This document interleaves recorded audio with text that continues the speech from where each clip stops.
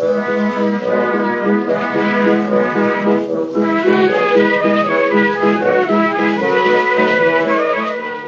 to Loremen, a podcast about local legends and obscure curiosities from days of yore. I'm James Shakeshaft. And I'm Alasdair Beckett-King. Listener, don't get used to Alasdair on this one, okay? I'll explain, James. I lost my voice on the very morning of this recording. A very early morning, because we were talking to Matt in Australia. But it is important that you believe I did lose my voice and didn't just make up a story to get out of doing a podcast at 6 a.m. It does sound like you found your voice. I have, but several days have passed, James. Was it just lying around? It was inside me all along. It got kicked under the fridge. Oh, don't make me laugh. It's only just come back. Better not listen to this episode, because I warn Matt Stewart off going to Cambridge.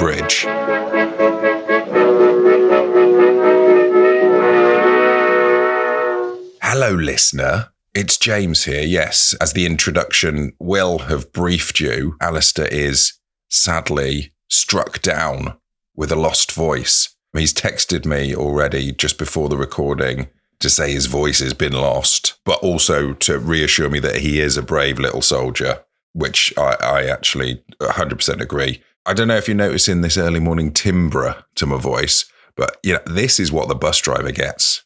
This level of, return to the station, please. There's that's the bus driver thinks I'm pretty classy. We've got a special deputy guest law person. Please welcome. Oh my God. Matt Stewart. I'm so excited to be here and also so jealous of the bus driver. Oh yeah. They get to see me do an extended run and jog to the bus stop whilst waving at the bus, constantly waving at the bus, because I think because I can't tell if they're looking at all. I have to be assured that they are not going to drive away. Also, slightly run in the road, so they would have to run me over if they did want to. You got to lift the stakes. Actually, no, let's do a quick cultural exchange. If I said Frosties, you'd know what I was talking about. I think so. Are they the ones with the tiger? Yes, Tony the T. Yes. I don't think I've ever had them, but I believe they do exist here. You're not going to have a Weetabix, are you?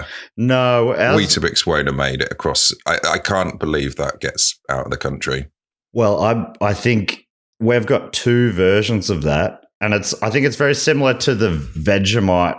We think it's like the advertising is through childhood was all Vegemite, such an Australian thing. And only as an adult, I found out that it was just a knockoff of Marmite, which is so funny because it's like, well, we're, kind of proud of it almost. And you'll see interviewers interviewing Hollywood celebrities who come out here going, try some of this. This is our nasty little treat. It's like, it was created like a few years after Marmite.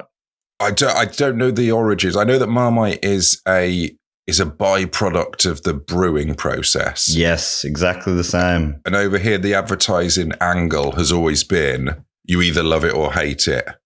Right. So you get described as something is described as a Marmite TV show in that you'd either love it or hate it.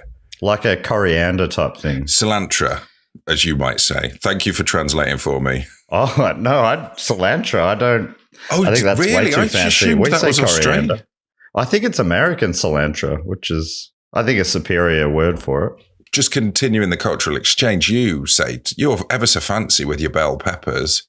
You're all about the capsicum. Capsicum. Oh, what are you, Latin? I'm sorry, I didn't realize I was speaking to a Latin person. Wait, hang on. Do you do aubergines though? Because eggplant is very, very much the opposite of that. Eggplant. Eggplant, that was named by someone who'd never seen an egg, right? No, nothing about it. Or maybe the egg they'd seen was an emu egg. Maybe, because they're like big and blue. It's closer. I've never seen an emu egg. You know what? The funniest thing I learned about Vegemite, I did an episode of our podcast, Do Go On, about it years ago. Mm-hmm. And I think the funniest factor, because this is what I think that was when I found out that Vegemite wasn't a unique Australian invention. Oh, no. For a little while, they changed its name to Pa Will, and that was just so that they could have the marketing slogan, Ma might, but Pa will. And it didn't last very long, but yeah, it's conjuring a lot of images that I don't want to. It's not good. Oh, I don't want that over my breakfast toast.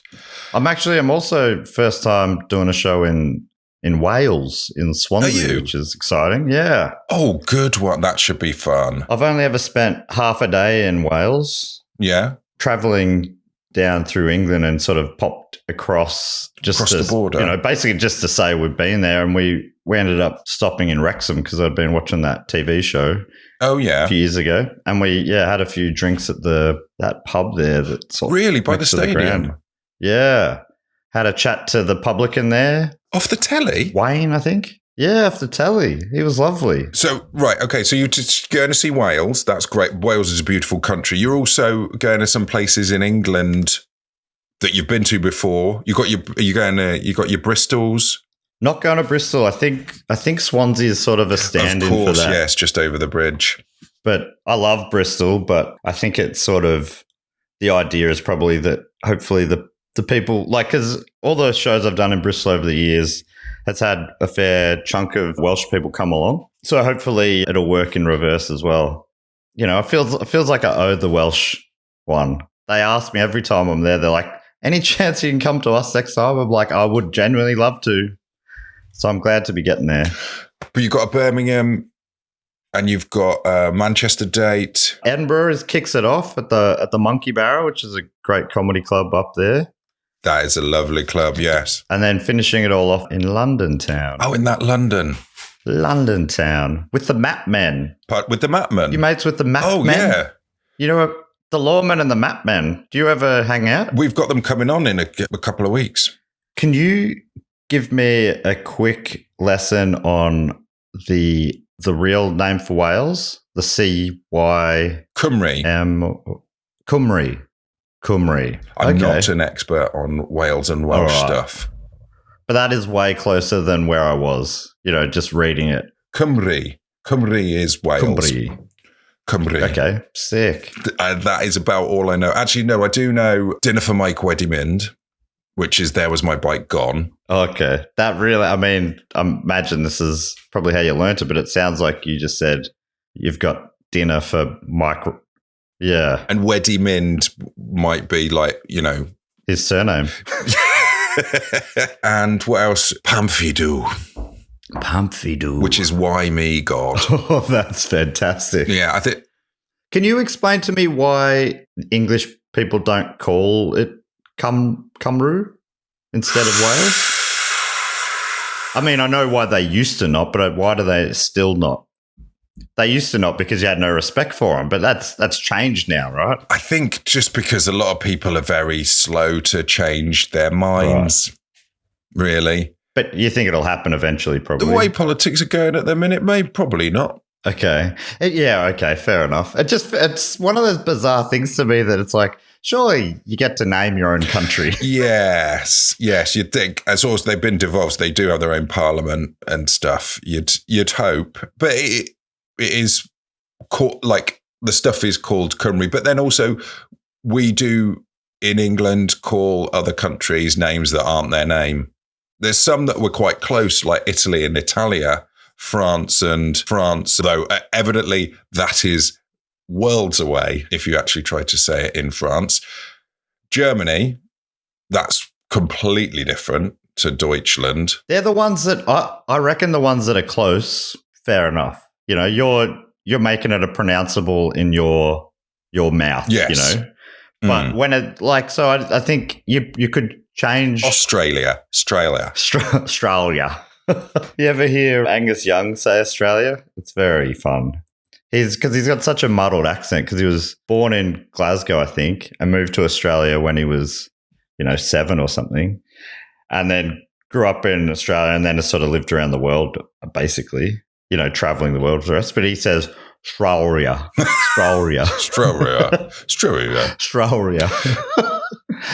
He's like, yeah, I still feel the draw to Australia. I love hearing him say it. But that's him having a go, right? I think that's, I think if you'd just say it's Cymru and it's spelt Cumry or something. Mm. Oh. Or, as a stepping stone maybe to eventually even spelling it the same. But that would be more the equivalent of Italy to Italy. But you're aware of the name, right? That's true. That's true. It's on the road signs and stuff. Melbourne's still called Melbourne, Could have been Batmania as well. Oh, that's right. Because of old John Batman. Yes. Terrible guy. But a terrible guy. Yeah. Whereas I assume Lord Melbourne, probably a top bloke, I reckon. He never put a foot wrong. I think anyone sort of in Victorian era aristocracy in England, I think they were all pretty solid. I think, though, you got to work, if someone's at a stage where like a town or city's getting named after them, they probably haven't been. No. You don't get to that stage without doing some quite bad things. Yes, when things have been named after you on the other side of the world. Yeah. What have you done? What sort of strings you been pulling? Yeah. I think he was just good mates with Queen Victoria, maybe.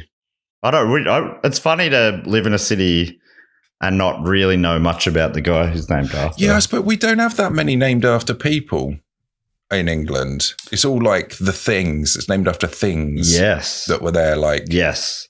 Well, the place we're going to talk about today is a place that you're going to on your tour. It's Cambridge, which I'm guessing, because the River Cam exists. I know that much. And it was simply a bridge over the River Cam originally. That's so good. There's another different pronunciation we have, which I guess is most words because we have different accents. Of course. I like how you say tour. On your tour. What do you say? Oh, now that I'm thinking about it, we are way off on it. I think we add in a syllable, maybe tour. Oh, tour. Oh, tour. Yeah, no, there are some places that that is in the accent around here. Tour. Yeah, there's definitely some English accents that do that. Most of it we would have got from various parts of England, probably. I guess so. Yeah. Right, so it's Cambridge. Now, I've got a level with you. I grew up near Oxford. Oxford and Cambridge, I don't know if you know about this, they're two quite big university towns. They're rivals. So despite the fact I did not go to Oxford University, I still have this inherent distrust, just a bad feeling about Cambridge. So please be careful when you're there. Just look out for yourself. Right. Okay. Just be aware. Don't wear my Oxford colours. So I'm going to prep you up on Cambridge because you're going to need to, you should need to be ready for it. Okay. Guide to Cambridge from an Oxford lad. The text we're looking at today is friend of the show, Law of the Land. The law of the land. So first, I've got a few stories here just to give you a flavour of the town and some things to look out for. So Cambridge is one of them places that claims to have been built on 7 hills, because there's a few places that say that, like Stoke-on-Trent says it. And that's like an old school bragging thing. Before they had you could brag about your sporting team or your industry or whatever. Yeah. You had to, or your Wi-Fi speeds. How many hills you had. Yeah. We've got 7. Yeah, it's built. I think it is. We got 7 hills. How many hills you got? 6. 7, mate. I think it's meant to allude to like Rome being built on 7 hills, I think. So they're a bit like, we're a bit like Rome here in Cambridge. We're built on 7 hills. We're actually a bit like Rome. Heard of Rome? We're a bit like that. We're a bit like 7 that. hills. 7 hills. Sadly, there's only 2 left somehow. They've lost 5 hills. Oh, wow. Is the idea that in battles with other mini empires, they came in and took the hills away? I don't know what the story is of how they've lost them. I don't know if anyone's asked them where did they have them last, or to retrace their town footsteps. But all that's left is Castle Hill and Honey Hill. But they've got names for the other hills. There was Market Hill, Senate House Hill, Pound Hill, St Andrews Hill, and Pease Hill. Okay, well, you know what? You do it, or one's a toilet, obviously. One's, where people go to bone or pound. Honey Hill's still there, but weirdly, the Honey Hill's there. The Pea Hill has gone.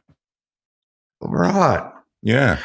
I don't know, but I wonder if there was just a family of Hills at the time. Harry Hill and his like, and Mrs. Harry Hill. Yeah, so maybe that they have just moved away or died. Probably it would have been a while ago. So yeah, potentially. It would have been a while ago. You'd hope they might have perished. Yeah. So yeah, first of all, that you going in with that sort of information. That's good. There used to be an abbey in Cambridge, an Augustinian priory, which was founded in 1098. Just after that guy in 1066 came in. Yeah. But 30 years after. Bloody hell. Would he have still been around? Billy the Conch.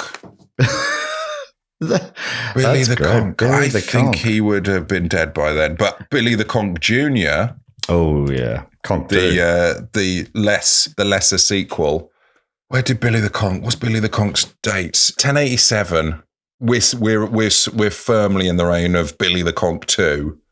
I learned of 1066 not too long ago. I listened to a David Mitchell book. Oh yeah, the King's one. Sort of like, yeah, which was fascinating. I'm like, I've always wanted there to be a brief book that just whips through all the kings and queens. And it did that. But it was funny at the start of it. He was like, if you don't know that William the Conqueror came in 1066, he's like, basically, if you're listening to this book, you know this. He's like, if you'd be an absolute anomaly if you don't know this. I'm like, I don't know if he's being ironic or what. I'm like, I don't know this. He's like, send me an email. I'm like, should I send him an email? I think you should. I think 1066 is one of them ones where it's like, it's so famous in the UK, it's like it's a lot of people's PIN numbers or like 4-digit codes. 1966, if they're a football fan because of the World Cup, as I discussed on Do Go On, or I guess a St Kilda fan. I can see the image. I was going to say photo. That's not a photo. He's a funny looking fella. It's like, imagine the caricature of Daryl. That is interesting that 66 is two of the big dates, but maybe that's why they're big dates. It's because it's easy to remember. And 1666 was the Great Fire of London. Holy shit! Oh dear, we're blowing this case wide open. What happened in 1366? That's the next. Something big's coming up in a mere 40 years, depending on when this is coming out. I'm assuming this is coming out next year. Okay, I think we're good. I think 1366 did. There's not too, just at a quick glance, nothing's jumping out at me of like Britain changing events. But yeah, so this abbey was there until 1539 when it was dissolved and stripped of its contents. Now, dissolved sounds a little bit more peaceful than what probably actually happened, doesn't it? Makes it sound like it was like an Alka-Seltzer dropped in a thing of water. Just sort of fading away. Dissolved is a polite way of saying smashed up, and the people kind of forced to leave at best. So this particular abbey, you would have had to contend with there being a ghost because there was a ghost. I love it. A lot of people lived in it in 1904 to 1910. So like on the site of the abbey more than in the actual place, because as mentioned, it was dissolved. There was a grey lady who they thought was maybe one of like a nun or someone. And she would be seen by some people who lived there in around 1904 to 1911. And there were some kids that the children of the family living in Abbey House from 1904 were often visited by the Grey Lady, who would come to their rooms after they were in bed. Now, they appear to not have been frightened of her, but they didn't like her very much. That's brutal. I think you either want to be scared or liked. Like, you're a miracle. Yeah. You're proving there's an afterlife. Yeah. And these kids are like, oh, she's fine, but, she hangs around a bit. she's just there. It's awkward. That is so funny. The Grey, just the name, the Grey Lady. They haven't made it sound too exciting. It's one step above the Beige Lady. Yeah. The Grey Lady. Oh, but I love a ghost story. I think England's chockers with them, right? Oh, it's full. It is full. A lot of them are from that sort of era, though, like the 1600s time. There was a lot, like it was quite busy politics-wise in the UK. So I guess it seems that was because there was some sort of national crises that a lot of ghosts are kind of associated with that period. Like your classic sort of rough around the neck ghost. Yes. Headless often. That's around then because you had the Civil War and stuff. Right. So there's a lot of ghosts being created. Yeah, exactly.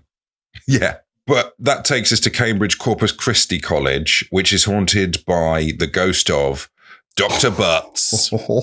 Bit of fun. Cheeky. There's a bit of fun.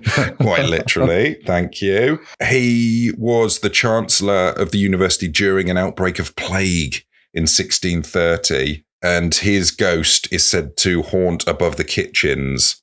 And according to an article which appeared in the Occult Review in March 1905, there was enough occult stuff going around that there was a review magazine just reviewing occult stuff. Because it was mainstream at times, like spiritualism and stuff. I don't know if that's quite occult stuff, but like there were beliefs that you could speak to the other side, and that was a relatively mainstream idea at some point, right? There's a spiritualist church that was it kind of had its big day after the First World War again because a bunch of people died. Because there were like quite respected people in science and politics and stuff. I can't think of a single example, but they were believers in spiritualism. Yeah, well, Arthur Conan Doyle, the guy that invented Sherlock Holmes, was quite into it.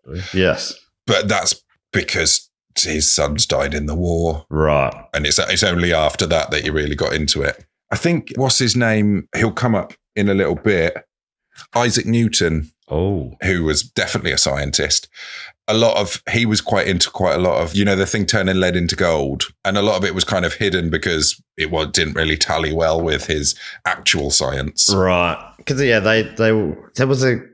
someone wanted to turn piss into gold, and that's how they discovered phosphorus or something. Yeah, I mean, that'd be the ideal, wouldn't it? That's how they invented Foster's. He's having a pop. He's having a dig at his own beers.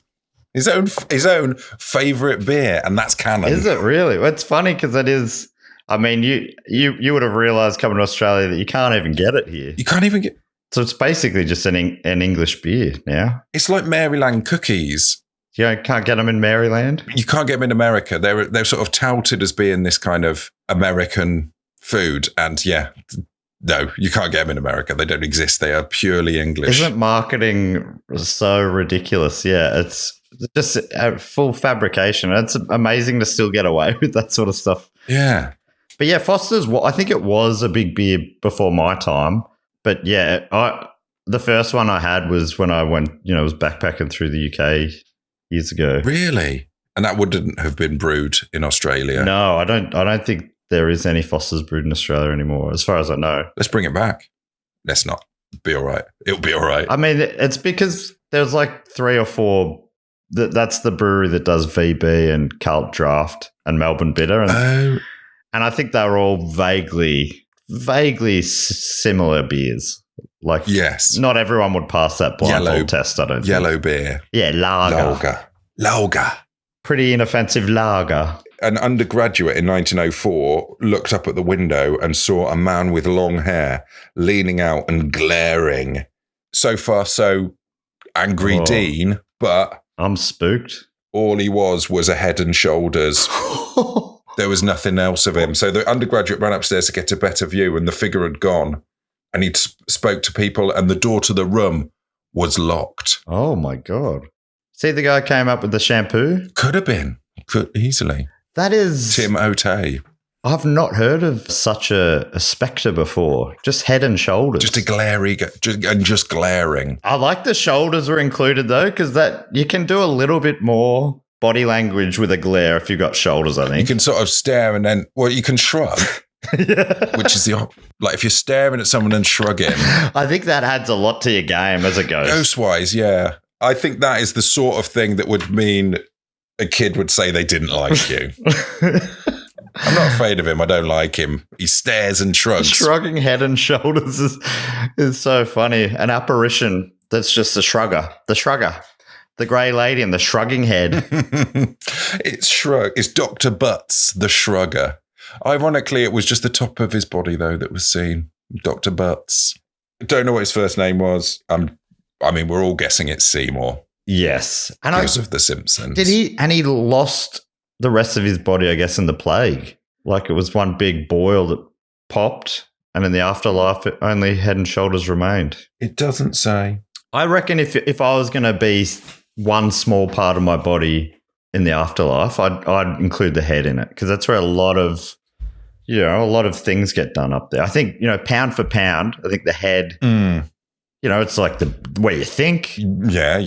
Mostly. Where you talk. Yes. Where you see. A lot of your senses come from up here. So I reckon if I had to pick, equivalent would be like maybe your shin. That doesn't do a lot. No. A hand? Hand's pretty good. Oh, yeah, that's true. A-okay. But how brutal when you get a thumbs down from the thumb up ghost. From the thumb. Oh, no. He's known as the thumb up ghost. He disapproved of me. The student told this to a friend of theirs who was interested in spiritualism, and they held a seance, and they managed to summon the ghost of Dr. Butts. A mist consolidated in the form of a man shrouded in white, and it moved slowly around the room. And they advanced on it with a crucifix, and it seemed to sort of be pushed back. And the ghost said, "It drives me back." Was Dr. Butts known as being like a heathen or anything? Doesn't really say why. Yeah. Well, I guess maybe he's been taken over by an evil spirit who didn't like the crucifix. Could easily be. Or what about this? Maybe it could have been taken over by Jesus. Jesus wouldn't have liked the crucifix either. Or just reminded him, oh, wait a minute, I could just be in heaven. Yeah. What am I doing down here? Yeah. I've already done this. Wasn't bothered about it the first time. Gives a little shrug. Yeah. He shrugs and he's off. Just the head and shoulders sort of zooming up into heaven. Just like a little mini rocket. Shrug. I've got a final story to tell you. I've looked up where your venue is. What's the venue in Cambridge? By the way, if you're listening to this on the day of release, you've still got time to get to Cambridge, because I think it'll be Friday, isn't it? 5th of September. It's at the literally junction. Tomorrow. At the junction now. Not 1 mile, a stone's throw, if you're an Olympic stone thrower away, is the Fitzwilliam Museum, a hop, skip, and a 26-minute walk away from your venue. Whoa. Should I be going to this place? Well, not at midnight, because outside the Fitzwilliam Museum are 2 big stone lions. Yeah, they look cool enough there when they're still stone, but at midnight... Hang on, what? When these lions hear the clock strike midnight, they become alive. What? Yeah. And it's not just like on Midsummer's Eve or something like that. It's seemingly a daily occurrence. Every night. When they hear the clock strike midnight, they go down and either they drink from the run, which is water running through the gutters in Trumpington Street, or they just go inside the museum in a sort of night at the museum format, I'm guessing. Oh, so they don't maul anyone. It doesn't say they do, but do you want to take that chance? Become the shrugging ghost? Oh, yeah, maybe that's what happened. Like a lion could take... From a lion's point of view, the head's the least interesting part. Whereas a shin, you got the calf round there. You'd be like Henry VIII as a lion. In digging. Wow, this is cool. So I'm going to go see those statues for sure, if I remember. Which I reckon I might. Yeah. This has got me so excited to go to Cambridge. Good. I want to see the Butts man. The Shrugger. So that's Corpus Christi College. Grey Lady is at the Abbey House. Okay. I'm so keen to be bored by the Grey Lady. I just assume she's just like not a good conversationalist. Yeah, just a bit awkward. And then Fitzwilliam Museum for your lions. There is a tale, just as a final bit, just to warn you, a tale that the university guys played on a local one time, a little prank. So just be aware for this. So they local, they referred to him as a bumpkin, was in the pub, having a drink, having a pipe, and he'd left his mule outside. And these two students, they took his mule away. They took the pack off the panniers and the sort of bridle and put them on one of them and had him stand outside the pub. And then the bumpkin came out and was like, what? And the guy was like, yes, I quarreled with my father 7 years ago and he was a wizard and cursed me to become a mule. Now those 7 years are up and I'm returned to my normal persona. I bid you good day, and like took all his stuff off. And the guys just stole his mule. And then they sold it to a nearby, secondhand mule dealer. Oh, they muled a mule. They got muled off. The farmer went to the secondhand car dealer to buy a new mule and was very surprised to see his old mule there at a drop-down price. Cursed again. Yeah, that was his response was, I'm not buying you because you've obviously annoyed your dad again. So I'm just saying, be careful in Cambridge. Okay, Matt, take care of yourself. Okay. Yes. With my mule. But yes, please do go see Matt in Cambridge if you're there, and Godspeed if you're there. Don't play any tricks on him. Come on. And that means I'll be in Edinburgh tonight then, the day this comes. Oh, right. Well, yeah, Edinburgh folk, get up there. And then they're going to Birmingham, Manchester, Swansea and London over the next week. Man, I'm pumped. We'll pop a link in the show notes. At the time of recording, I'm a couple of days away from flying, but I cannot wait. Nice one. Cannot wait to come see some ghosts. We are. Me and Alasdair, we're going to come record Who Knew It with Matt Stewart. And that'll be out at some point, right? On your podcast feeds. Yeah, I reckon. I mean, we did that in the past. We did one last time I toured. Toured. Toured. Toured. That sounds like someone saying turd in a really, really posh accent. It was a lot of fun. We'll pop some links in all the show notes. Thank you very much, Matt, for joining us here today. People have enjoyed your voice. They can hear it on the Do Go On pod, the Who Knew It with Matt Stewart pod, and they can see that voice coming out of your face on your tour around England. Also, we've got listeners in Australia. They're well aware of how they can see and hear your face. Yeah. I've also released a special a month or so ago called Best Man, which you can watch anywhere. Online from anywhere. Anywhere. Well, you got to have a computer and some sort of connection to the internet. That's right. But yeah, it's on the Humdinger YouTube. Look at me. We're going plug crazy. This is basically Bed Bath and Beyond. I want to plug so much stuff that the listeners can't, it's all so mixed up that they can't grip onto anything. Yeah, it's best to muddy the message. They'll just be shrugging like Dr. Butts. Dr. Butts. Man, Dr. Butts is my new hero. I cannot wait to meet him. I don't know. You can't shake his hand, obviously, but, tap shoulders or whatever you can do. Yeah, you could do one of them hugs. Tapping shoulders with Dr. Butts. Well, that's true. Nice one. Well, thank you very much, Matt. Thank you so much, James. Nice one. So there, Alasdair, I hope you also take the sound advice. Yeah, I will never go to Cambridge. Steer clear of Cambridge, thanks. Please do check out Matt Stewart's tour, which begins today. If you're listening to this today, the day that I think you're listening to this. It's very good stand-up, Matt. It's really worth checking out. Also, come see us, if you're listening to this the day I think it is, at the Strange Days Festival. Ooh. Come and find us. Find it on the internet or the link below. If you want to hear Alasdair's voice more, check out the recent episode of the Rules podcast, and it's all in there. That's The Rules with Simon Weeks. And if you want to hear more, Alasdair, you could listen to bonus episodes of this podcast by joining us at patreon.com/LoremenPod. Thank you very much to all the people that do that already. Thank you very much to Joe for editing this episode. And I'm so glad you found your voice, Alasdair. Thank you, James. We'll use it next week.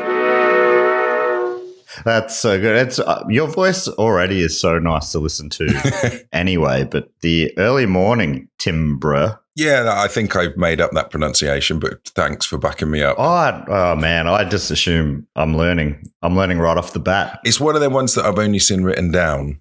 Like, is it timber like a tree's about to fall over? Or is it timbre because it's a bit French? I imagine that's probably the correct one. But yeah, I feel like I've heard timber, but I don't think an Australian is going to start preaching about pronunciation. It's the data issue. Right. To be honest, that's my only problem with the Australian accent. And to be fair, as previously discussed on the pod, data is probably more accurate because you're using the same sound twice. Oh my God.